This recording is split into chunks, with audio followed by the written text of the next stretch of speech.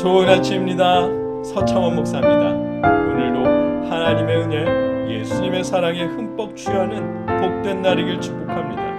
오늘 우리가 이 아침에 함께 읽고 나누려는 하나님의 말씀은 마태복음 27장 24절로 26절까지의 말씀입니다.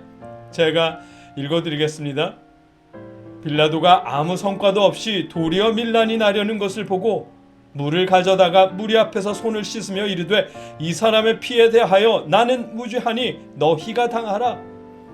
백성이 다 대답하여 이르되 그 피를 우리와 우리 자손에게 돌릴지어다 하거늘 이에 바라바는 그들에게 놓아주고 예수는 채찍질하고 십자가에 못 박히게 넘겨주니라. 아멘.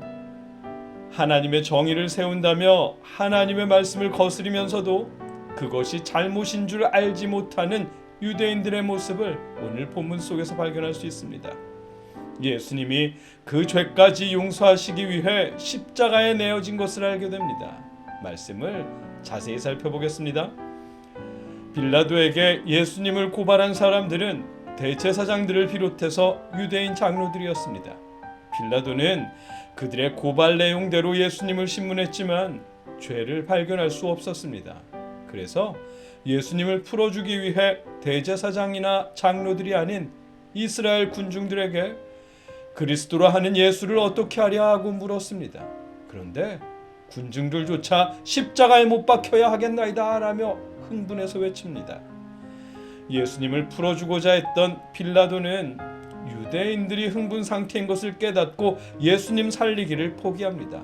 비록 무죄한 예수님을 십자가에 못 박도록 내어주지만 자신은 그 일에 아무 책임이 없다고 말합니다.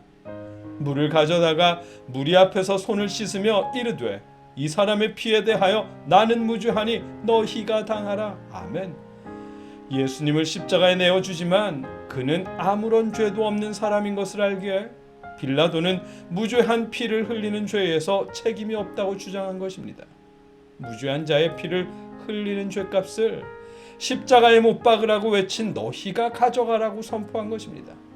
이스라엘 백성들은 그러나 빌라도의 말을 알아듣지 못했습니다. 왜냐하면 그들은 대제사장들과 유대인의 장로들의 선동하는 것처럼 예수님을 신성모독한 죄인이라 여겼기 때문입니다. 그들은 예수님을 십자가에 못 박는 일이 신성모독하는 죄인을 죽이고 하나님의 정의를 바로 세우는 일이라고 확신했습니다. 그래서 백성이 다 대답하여 이르되 그 피를 우리와 우리 자손에게 돌릴지어다 하거늘 아멘. 자신 있게 예수님을 죽이는 일의 핏값을 자신들과 자신들의 자손이 받겠다고 외친 것입니다. 자신들은 하나님의 정의를 세운다고 생각했지만 사실은 하나님을 대적하는 죄를 지었을 뿐입니다. 잠깐 사족을 달면 여러분, 하나님의 정의를 세우겠다며 목사님을 상대로 싸우면서 교회의 분란을 일으키지 마십시오. 교회를 사랑하는 여러분의 마음도 알고 정의를 세우고 싶은 그 마음도 충분히 알지만 여러분의 그 귀한 마음이 자칫 연자맷돌을 목에 걸고 물에 빠뜨려져야 하는 믿는 자를 실족시키는 죄를 짓고 하나님을 대적하는 일이 될 수도 있습니다. 여러분이 정의를 세워야 한다고 느낄 만큼 그분들이 잘못했다면 하나님이 심판하실 것입니다. 하나님을 믿고 하나님께 맡기십시오. 다시 본론으로 돌아와서 빌라도는 자신들이 죄값을 치르겠다는 유대인들의 원대로 이에 바라바는 그들에게 놓아주고 예수는 채찍질하고 십자가에 못 박히게 넘겨주니라. 아멘. 예수님을 십자가에 못 박도록 내어주었습니다.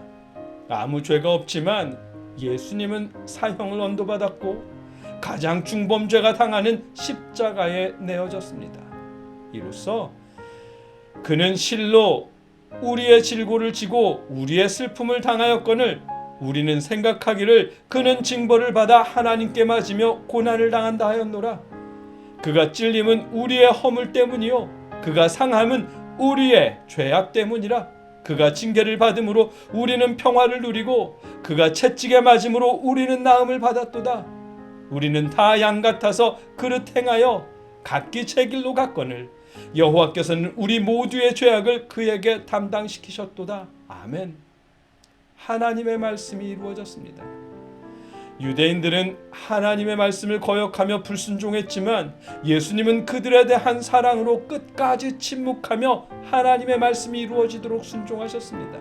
오늘 본문의 내용입니다.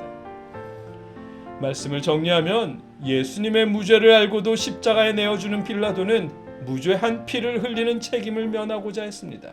반면에 무죄한 예수님을 십자가에 못 박도록 외친 유대인들은 자신들의 잘못을 깨닫지 못했습니다.